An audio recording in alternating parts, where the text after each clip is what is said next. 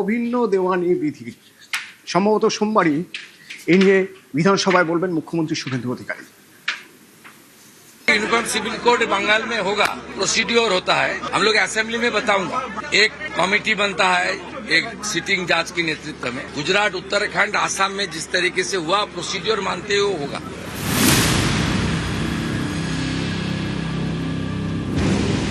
UCC অভিন্ন দেওয়ানি বিধি, যার অর্থ দেশ জুড়ে সবার জন্য একটাই আইন। জাতি, ধর্ম, বর্ণ নির্বিশেষে একটাই আইন। ২৬-এর বিধানসভা নির্বাচনের আগে প্রতিশ্রুতি দিয়েছিল বিজেপির সংকল্প পত্রে তার উল্লেখও ছিল। পালাবদলের পর এবার প্রতিশ্রুতি পূরণের পথে বাংলার বিজেপি সরকার। অভিন্ন দেওয়ানি বিধি বা ইউনিফর্ম সিভিল কোড চালু হলে ধর্ম, জাতি নির্বিশেষে গোটা দেশে একটাই আইন থাকবে। একটাই আইন মেনে বিয়ে, ডিভোর্স, দত্তক এবং সম্পত্তির উত্তরাধিকার। বর্তমানে আলাদা আলাদা ধর্মের জন্য আলাদা আলাদা আইন রয়েছে দেশে। যেমন 1955 সালে তৈরি হিন্দু ম্যারেজ অ্যাক্ট, 1956 সালে তৈরি হিন্দু উত্তরাধিকারী অ্যাক্ট, 1937 সালে তৈরি মুসলিম পার্সোনাল ল। ইউসিসি চালু হলে এই তিনটি আইনই অকেজো হয়ে যাবে। থেকে বড় আপত্তির জায়গা হচ্ছে বিয়ে। হিন্দু ম্যারেজ অ্যাক্ট বা হিন্দুদের যে বিয়ের আইন আছে সেই আইন অনুযায়ী 18 বছর তার নিচে বিয়ে করলে সেটা শাস্তিযোগ্য অপরাধ। বিয়ের ন্যূনতম বয়স হচ্ছে 18। কিন্তু মুসলিম পার্সোনাল ল এর ক্ষেত্রে 18 বছরের অনেক কম বয়সে, মানে 15 বছর বয়সেই বিয়ে করা যায়। একই দেশ কিন্তু দু রকমের আইন। কতগুলো বিয়ে করা যায় সেক্ষেত্রে? কেন্দ্রীয় স্বরাষ্ট্রমন্ত্রী অমিত শাহ জানিয়ে বারবার বলেছেন যে কেন একটি বিশেষ ধর্মের 4 বার বিয়ে করার অধিকার থাকবে।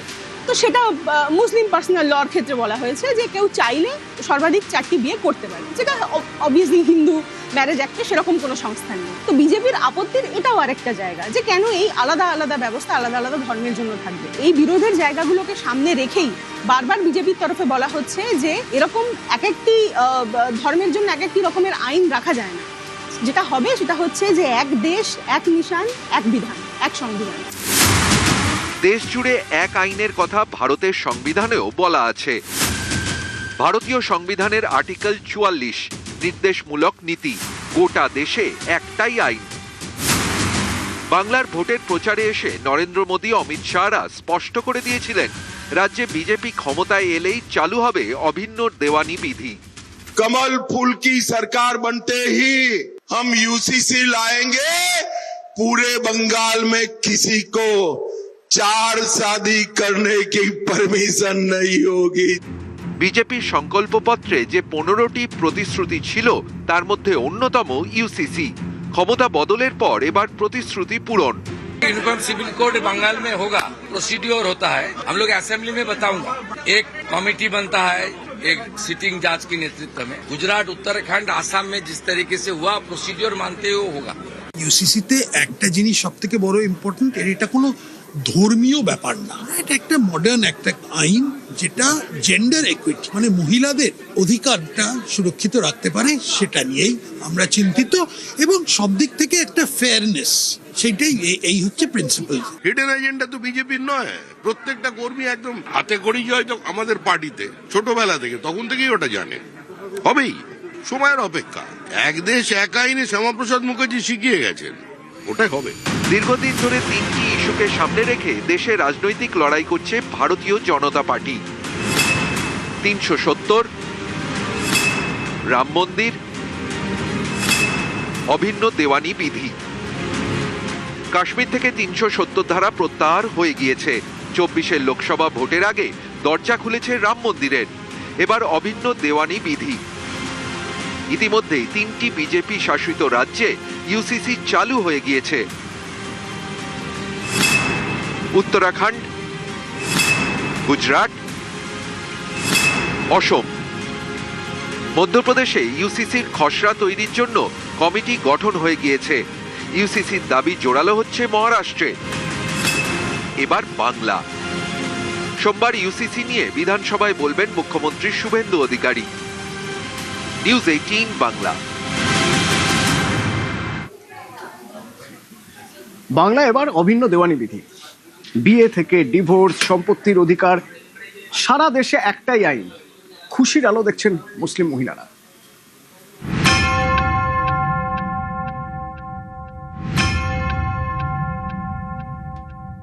12 বছরের বিয়ে হয়েছিল, দুটো বাচ্চা, মদ খায়, অত্যাচার করে, মারাধরা করে, পরিবারে কাজ করে খায়, তালাক দিয়ে দিয়েছে, বিয়ে করেছে, সংসার করেছে, আর্থিক কোনো না কিছু দেয়নি। আমাদের যা হয়েছে যেন অন্য মেয়েদের সাথে যেন না ঘটে, এটাই চাইছি, আইনটা যেন আমাদের পাস হয়।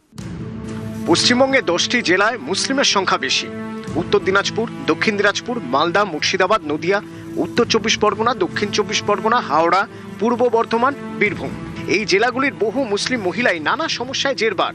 বয়স 18 হওয়ার আগেই বিয়ে, সন্তান, স্বামীর অত্যাচার, তালাক। কিছু মহিলা থানা পর্যন্ত পৌঁছন, কিন্তু অনেকেই তা পারেন না। শুরু হয় লড়াইয়ের জীবন। অভিন্ন দেওয়ানি বিধি তাই আশার আলো দেখাচ্ছে অনেককেই। মুর্শিদাবাদের ইসলামপুরের 6 ঘড়ির বাসিন্দা আয়েশা বিবি। মাত্র 13 বছর বয়সে বিয়ে হয়। স্বামী জাহিদুল। বিয়ের পরপরই 2 সন্তানের জন্ম। অভিযোগ, এরপর থেকেই শুরু হয় স্বামীর অত্যাচার। বাধ্য হয়ে বাবার বাড়িতে ফেরেন। আয়েশাকে তালাক দেন জাহিদুল। বাড়িতে অভাব, সন্তানদের দেখভালের জন্য অন্যের বাড়িতে কাজ শুরু করেন আয়েশা। সে এক কঠিন লড়াই। স্বামীর থেকে খোরপোশ আদায়ের জন্য আদালতেও যান, কিন্তু টাকার অভাবে আইনি লড়াই বেশি দূর এগিয়ে নিয়ে যেতে পারেননি। আয়েশা বিবি চান দ্রুত চালু হোক ইউসিসি। কতদিন আগে আপনাকে তালাক দিয়েছে? 6 বছর এরকম হচ্ছে। 6 বছর? হ্যাঁ। কেন তালাক দিল? কেন? ওই তো আমাকে রেখে বিয়ে করেছে, মদ দাড়ি খাই, নেশা টেশা করে, খোঁজ খবর নেয় না, পরের কথা শুনে মারধর করে, এরকম অশান্তি ঝগড়া। না কিছু দেয় না। খুব 2 বাচ্চা, আমি মানে পরের বাড়ি কাজ কাম করে খাইয়া মানুষ করেছি, এটা বন্ধ হওয়া উচিত। 12 বছরের বিয়ে হয়েছিল, দুটো বাচ্চা, মদ খায়, অত্যাচার করে, মারাধরা করে, পরিবারে কাজ করে খায়, তালাক দিয়ে দিয়েছে, বিয়ে করেছে, সংসার করেছে, আর্থিক কোনো না কিছু দেয়নি। আমাদের যা হয়েছে যেন অন্য মেয়েদের সাথে যেন না ঘটে, এটাই চাইছি, আইনটা যেন আমাদের পাস হয়। ট্রিপল তালাকের বিরুদ্ধে লড়াই হয়েছে, বিশাল লড়াই করেছি আমরা। তালাক প্রথা এখনো বন্ধ হয়নি, তালাক প্রথা এখনো চলছে। এটা আমরা দুঃখিত, ব্যথিত। একটা পুরুষের 4টে করে বিয়ে যদি হয়, তাহলে মেয়েরা নিরাপদ থাকে না। সম্পত্তিতে সম অধিকার একেবারেই নেই। পৈতৃক সম্পত্তিতে স্বামী তার স্ত্রীর সম্পত্তিও পায় না, 2 আনা মাত্র পায়। তাহলে এই যে একটা বৈষম্য হয়ে আছে, তার জন্য আমরা লড়াই করছি, আন্দোলন করছি, বহু আন্দোলন করছি। নিউজ 18 বাংলা। তবে এই অভিন্ন দেওয়ানি বিধি নিয়ে সতর্ক রাজ্য। এর আগে তৃণমূল জমানায় দেখা গেছে সিএ নিয়ে কিভাবে সম্পত্তি নষ্ট হয়েছে, অশান্তি, হিংসা হয়েছে, যথেচ্ছ সরকারি সম্পত্তি নষ্ট করা হয়েছে। পালা বদলে এবার আর তার পুনরাবৃত্তি চাইছে না সরকার। আর তাই সোমবার যখন অভিন্ন দেওয়ানি বিধি বিল পেশ হবে, তার সঙ্গেই পেশ করা হবে তোলাবাজ গুন্ডা দমনের জোড়া বিল। সিএ আইন নিয়ে এর আগে যখন রাজ্যে আলোচনা হয়েছে, তখনও দেখতে পাওয়া গিয়েছে যে রাজ্যের একাধিক প্রান্তে বেশ কতকগুলি অশান্তির ঘটনা ঘটেছিল, এবং সেই অশান্তির ঘটনাতে সাধারণ মানুষ যা প্রত্যেকদিন ব্যবহার করেন এমন সরকারি সম্পত্তি নষ্ট হওয়ার ঘটনাও অবধি ঘটে। এবারে সোমবার দিনকে একই দিনে যখন ইউসিসি বিল পেশ করতে চলেছে রাজ্য সরকার রাজ্য বিধানসভার অভ্যন্তরে, ঠিক তারই সঙ্গে আরও 2টো বিল পেশ হতে চলেছে, যেখানে যারা সরকারি সম্পত্তি নষ্ট বা ধ্বংস করবেন এবং যারা গুন্ডাগিরির আচরণ করবেন, তাদের বিরুদ্ধে শুধুমাত্র কড়া ব্যবস্থা নয়, তাদের সম্পত্তি ক্রোক করার মতো আদেশ থাকতে চলেছে এই বিলের মধ্যে। ফলে রাজনৈতিক দিক থেকে কৌশলগত আলোচনা করেই সোমবার দিন বাছাই করে এই 3টে বিল একসঙ্গে নিয়ে আসার সিদ্ধান্ত নিয়েছে রাজ্য সরকার। আখেরে এই ধরনের কড়া আইন করে যাতে আগামী দিনে সমস্ত ধরনের অশান্তিকে ঠেকাতে পারা যায়, সে ব্যাপারেও যে রাজ্য প্রশাসনের সর্বাগ্রে নজর রয়েছে তা বুঝিয়ে দেওয়া হচ্ছে। ক্যামেরা সুব্রত জানার সাথে আবির ঘোষাল, নিউজ 18 বাংলা, কলকাতা। হিজলি টাইডাল ক্যানেল, দুদিক থেকে এই ক্যানাল গুরুত্বপূর্ণ। এক তো এর ঐতিহাসিক গুরুত্ব অপরিসীম, তার পাশ থেকে যদি দেখতে হয় তাহলে পরিবহনের ক্ষেত্রে এই হিজলি টাইডাল ক্যানাল অত্যন্ত জরুরি। কিন্তু এই ক্যানালের সংস্কার হয়নি আগে। ক্যানালের সংস্কার হয়েছিল বহুদিন আগে, প্রায় বছর 15 আগে। তারপর এবার সংস্কার হচ্ছে এই প্রাচীন খালে। মুখ্যমন্ত্রীর নির্দেশে সংস্কার, কিন্তু এই ক্যানাল সংস্কার কতটা গুরুত্বপূর্ণ পূর্ব মেদিনীপুরের জন্য, পূর্ব মেদিনীপুরের সামাজিক অর্থনৈতিক ব্যবস্থার জন্য। জানবো, সুজিত ভৌমিক আমার সঙ্গে সরাসরি রয়েছে। সুজিত, প্রথমে তো জানতে চাইবো যে হিজলি টাইডাল ক্যানালের ঐতিহাসিক গুরুত্ব কতটা, এবং তারপর অবশ্যই জানতে চাইবো যে এই সংস্কার হওয়াটা কতটা গুরুত্বপূর্ণ কাজ হচ্ছে। যথেষ্টই অতনু, এবং বলা যায় ঐতিহাসিক গুরুত্বের কথা বললে এই ক্যানেলের ওপর দিয়ে তখন লঞ্চ যাতায়াত করতো, এবং সে কারণে এখান থেকেই উড়িষ্যায় জমিদারি সামলানোর জন্য যখন যেতেন তখন লঞ্চে চেপেই রবীন্দ্রনাথ কিন্তু এখান দিয়েই যেতেন, এই হিজলি ক্যানেলের উপর দিয়ে। গান্ধীজি যখন স্বাধীনতা পিরিয়ডে এসেছেন তখন পূর্ব মেদিনীপুরে এই হিজলি ক্যানেল দিয়ে এসেছেন। এরকম নানা ঐতিহাসিক ঘটনার সাক্ষী সেই ক্যানেলের কিন্তু আসল গুরুত্ব। পরিবহন যেমন, তেমন কিন্তু নিকাশির পাশাপাশি চাষাবাদ এবং মৎস্য চাষ সব দিক থেকে কিন্তু অত্যন্ত গুরুত্বপূর্ণ। একটা বড়সড় এই ক্যানেল যদি গেঁওখালিতে শুরু হয় তাহলে তুমি জানবে মহিষাদল কিংবা নন্দীগ্রাম, খেজুরি পেরিয়ে একেবারে রামনগর এরকম জায়গায় চলে গেছে। এবং বিরাট এই ক্যানেল যা নিকাশির যে বেহাল অবস্থা জেলার যেখানে যেখানে, সেখানে এই যে তীরবর্তী এলাকায় সেখানে দেখা যাবে মজে গেছে, খনন হয়নি। একসময় 2012 পর এইচডি অর্থাৎ হলদিয়া উন্নয়ন পর্ষদ এই কাজ করেছিল, সেটা কিন্তু তখন চেয়ারম্যান ছিলেন বর্তমানে যিনি মুখ্যমন্ত্রী শুভেন্দু অধিকারী। তখন তিনি চেয়ারম্যান হিসাবে 20 সাল পর্যন্ত ছিলেন, একাধিকবার সংস্কার করেছেন। কিন্তু তার চলে যাওয়ার পর এইচডিএ ছাড়ার পর গত দেখা গেছে কয়েক বছর ধরে একবারে টানা কোনো সংস্কারের কাজই হয়নি। তার ফলে কি হয়েছে, ছবি কথা বলছে, কি ছবি না, একেবারে দেখা যাচ্ছে গোটাটাই কিন্তু অপরিষ্কার, অপরিচ্ছন্ন এবং আবর্জনায় ভরে গেছে। শুধু কি তাই, একই সঙ্গে অতনু নিউজ 18 বাংলায় বারবার খবর করেছি আমরা, বেদখল হয়ে পড়ছে এই ক্যানেলের দুপার।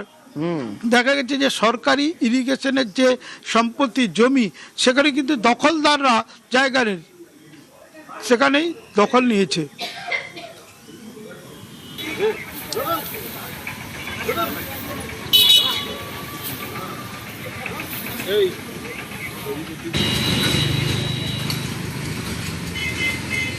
একশো মিটার উইথ এই ক্যানেলে, এই ক্যানেল মহিষাদল থেকে ইটামোগরা যে ইরিগেশন আছে ওখান পর্যন্ত বোথ সাইড এনক্রোচমেন্ট ফ্রি করতে হবে, এবং এই জায়গাটাকে বিউটিফিকেশন এবং টুরিস্ট স্পট হিসাবে যাতে ইউজ করা যায় সেই হিসাবে আমরা প্ল্যানিং প্রোগ্রামিং করব, এবং এই জিনিসটাকে সিএসআর দিয়ে করিয়ে দেবেন, একদম পরিষ্কার বলে দিয়েছেন। খুব ভালো হচ্ছে, খুব ভালো কাজ হচ্ছে। আমরা ছোটবেলা থেকে দেখেছি এতে দিয়ে সব বোট টোট সব যত বাজারে সব এই মানে আলু পেঁয়াজ এগুলো সব ঢুকতো, কিন্তু এগুলোতে এইসব করার জন্য তো টোটালি বন্ধ হয়ে গেছে। কিন্তু এখন যে কাজটা হচ্ছে খুবই ভালো হচ্ছে। আমরা তো স্থানীয় লোক, আমরা এখানে জলটা গ্যাসে এখানে দাঁড়াতে পারছি না। তো পূর্বে যেরকম এখান থেকে খড়ের নৌকা, লঞ্চ নৌকা যাতায়াত করতো, তখন এখানে কন্টিনিউ জোয়ার ভাটা খেলতো, কিন্তু এখন এই জোয়ার ভাটা যাওয়াটা দুটো গেট বন্ধ হওয়ার পরে বন্ধ হয়ে গেছে, যার জন্য সমস্ত ঘাস নোংরা আবর্জনা জমে পুরো এটা মজে গেছে। যেন এটা জোয়ার ভাটা কন্টিনিউ এখানে সেইটা করলেই খুব সুন্দর হয়। কাজ শুরু হলো, খুবই মানে আনন্দের ব্যাপার, কিন্তু কথা হচ্ছে এটা কতদিন দীর্ঘস্থায়ী হবে সেটা বলা মুশকিল। তারাতলায় উদ্ধার কাজ চলছে, এবং এই উদ্ধার কাজে যেমন রাজ্য কেন্দ্র একসঙ্গে কাজ করছে বলে উদ্ধার কাজে গতি এসেছে, তার পাশাপাশি অত্যন্ত গুরুত্বপূর্ণ এবারে এই উদ্ধার কাজে অত্যাধুনিক যন্ত্র ব্যবহার হচ্ছে।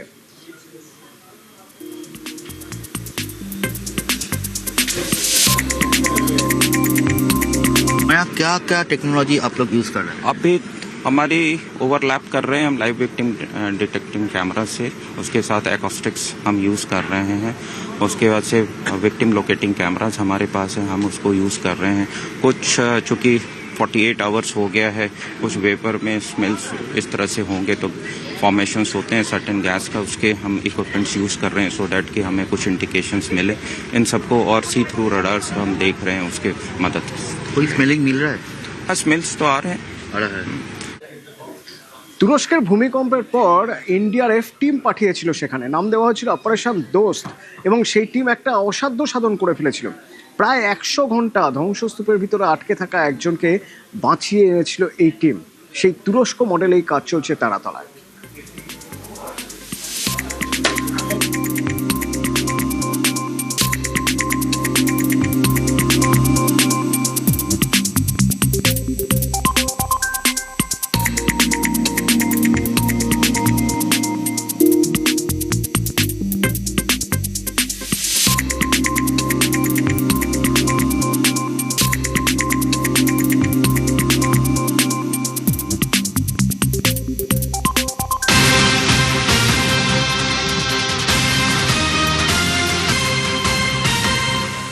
আর এই উদ্ধারে হাতে হাত বলা যেতে পারে, কারণ ডাবল ইঞ্জিনের কাজ কিভাবে হয় এই উদ্ধার কাজে তার আরও একটা প্রমাণ মিলল। কিভাবে না, পুলিশের সঙ্গে এনডিআরএফ, সেনা এবং রাজ্যকে ধন্যবাদ এনডিআরএফ সেকেন্ড ব্যাটালিয়নের कमांडेंट मनीष रंजन।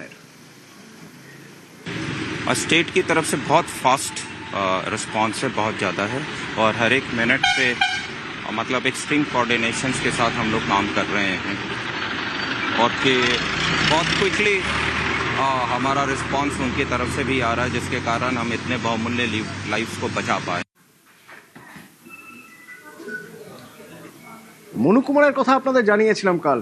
মনু কুমার যিনি সেই আটকে পড়েছিলেন ধ্বংসস্তূপে, ফোনে কথা বলেছিলেন তার এক বন্ধুর সঙ্গে, তারপরে সেই বন্ধু এসে যারা উদ্ধারকারী তাদের সঙ্গে কথা বলেন, বলার পর তারপরে মোবাইলের টাওয়ার ট্র্যাক করে করে করে করে তাকে উদ্ধার করা হয় জীবিত। কিন্তু এই অসাধ্য সাধন, এই ভয়ঙ্কর একটা মিরাকল, সেই মিরাকলের পরে তাকে যখন হাসপাতালে নিয়ে যাওয়া হলো, ট্রমা কেয়ার সেন্টারে দেখা গেল তারপরে আর তিনি চিকিৎসায় সাড়া দিচ্ছেন না, মারা গেছেন মনু কুমার।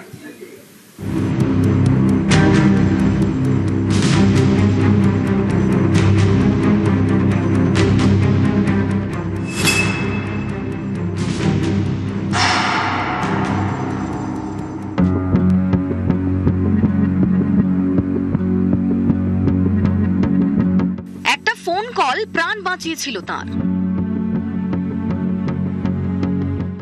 কিন্তু শেষ রক্ষা হলো না।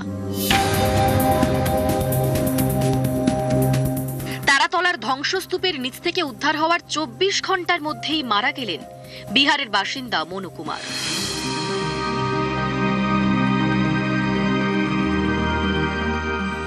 বুধবার রাত তখন 2টো। তারাতলার দুর্ঘটনাস্থল জুড়ে বিভীষিকার ছবি। ভেতরে আটকে পড়া মানুষের বাঁচার আরতি, বাইরে যুদ্ধকালীন তৎপরতায় উদ্ধার কাজ।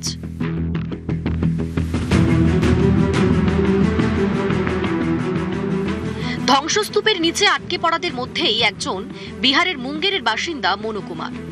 বছর 19-এর এই তরুণ এরাজ্যে এসেছিলেন দিনমজুরের কাজ করতে। কে জানতো সেটাই তার শেষ আশা হবে। প্রায় 14 ঘন্টা আটকে থাকার পর ধ্বংসস্তূপের নিচ থেকেই এক বন্ধুকে ফোন করেন মনু। ফোনে কাতর আরতি, আমাকে বাঁচাও। মনুর বন্ধু দিনমজুরের কাজ করেন, ঘটনাস্থলের কাছেই থাকেন। ফোন পেয়ে দ্রুত ঘটনাস্থলে আসেন তিনি। মনুর ফোনের কথা বলেন উদ্ধারকারী দলকে। মনু কুমারের মোবাইল ফোনের লোকেশন ট্র্যাক করতে শুরু করে সেনাবাহিনী। লোকেশন ট্র্যাক করে বুধবার ভোর 6টা নাগাদ মনুকে উদ্ধার করা হয়।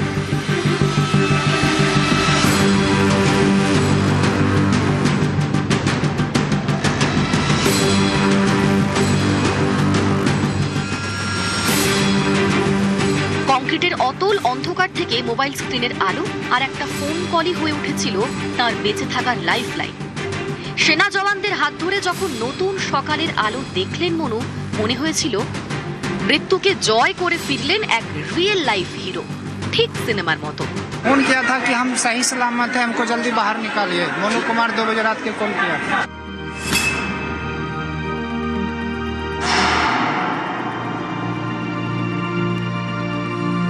উদ্ধারের পর এসএসকেএম এর ট্রমা কেয়ারে তার চিকিৎসা চলছিল। সেখানেই মৃত্যু। উদ্ধার হয়েও শেষ রক্ষা হলো না। নিউজ 18 বাংলা।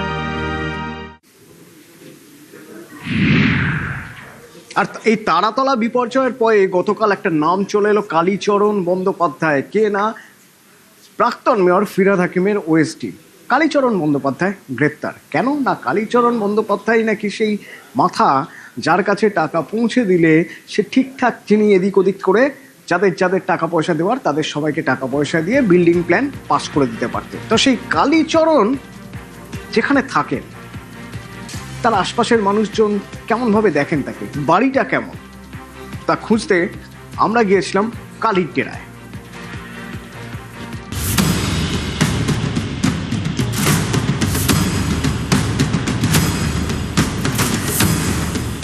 আমি রান্না করি এখানে, কেউ নেই এখানে। না তাহলে চলে আমি একটু কথা বলা যাবে না? কালকে কথা বলা যাবে না। কেন বিরক্ত করছেন? আপনাদের বাড়িতে ফ্যামিলি নেই? না আমরা তো বলছি এখান থেকে এক সপ্তাহ আমি তাহলে পুলিশকে ফোন করতে বাধ্য হবে। যে বিরক্ত করতে মিডিয়া আছে আমাদের বাড়ি। যেটা হয়েছে সেটা কি অন্যায় না? আমি কাজের লোক, আমি কিছু জানি না। আর কে কে আছেন ঘরে? কালকে কখন এসেছিল পুলিশ?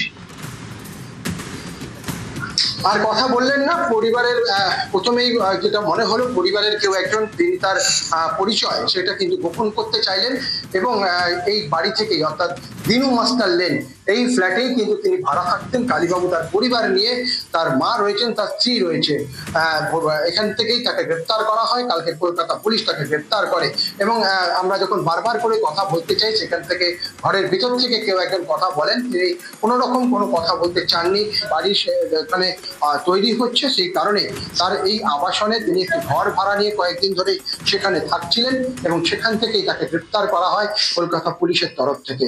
ক্যামেরা রাজু ভুইয়ার সঙ্গে দেবাশিস চক্রবর্তী, নিউজ 18 বাংলা, হাওড়া।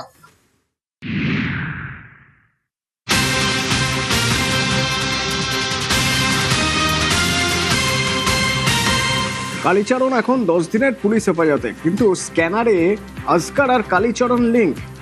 কালীচরণের সাহায্যে ত্রুটিপূর্ণ বিল্ডিং প্ল্যান পাস করিয়েছিল আজকার। তদন্তকারীদের সেরকমই মনে হচ্ছে। আজগারকে গোডাউন তৈরির বরাত দিয়েছিল বেহরা ব্রাদার্স। শম্ভুনাথকে প্ল্যান পাসের আশ্বাস দেন ঠিকাদার আজগার এবং কালীর সবুজ সংকেত পেয়েই নির্মাণের বরাত নিয়েছিলেন আজগার। এই লাইসেন্সটা প্রকিউর করতে কালীচরণ ডাইরেক্টলি ইনভলভ ছিলেন, উনি বের করেছেন। এরকম ঘটনা আরও উনি ঘটিয়েছেন এবং সেটাই আমরা কোর্টকে বলেছি যে ওনার মাথায় কে ছিলেন, কালী যে তার রক্ষাকর্তা কে, কালীর মাথায় কার হাত ছিল, এইটা আমরা কোর্টকে বলেছি। কোর্ট 4 তারিখ অবধি পুলিশ কাস্টডি, যেটা ওনারা ওই সার্টিফিকেটটা দিয়েছিলেন ইনিশিয়ালি যে কাজ করার জন্য, সেই ডকুমেন্টটা সঠিক ছিল না। একটা টিম ওয়ার্ক ছিল, সেই টিম ওয়ার্কে কালীচরণ যেমন আছে এরকম বহু লোক আছে, সেই জিনিসগুলো উনি তৈরি করে দিয়েছিলেন এবং সেটা যদি না হতো তাহলে এই ঘটনাটা হয়তো ঘটতো না। স্যাংশনটা যেটা ছিল সেটা সঠিক স্যাংশন ছিল না। যদি ঠিক এনকোয়ারি করে হতো তাহলে হয়তো স্যাংশনটা টাকার বিনিময়ে স্যাংশনটা পেয়েছে। যদি স্যাংশন না পেতেন তাহলে হয়তো এই ঘটনাটাই ঘটতো না।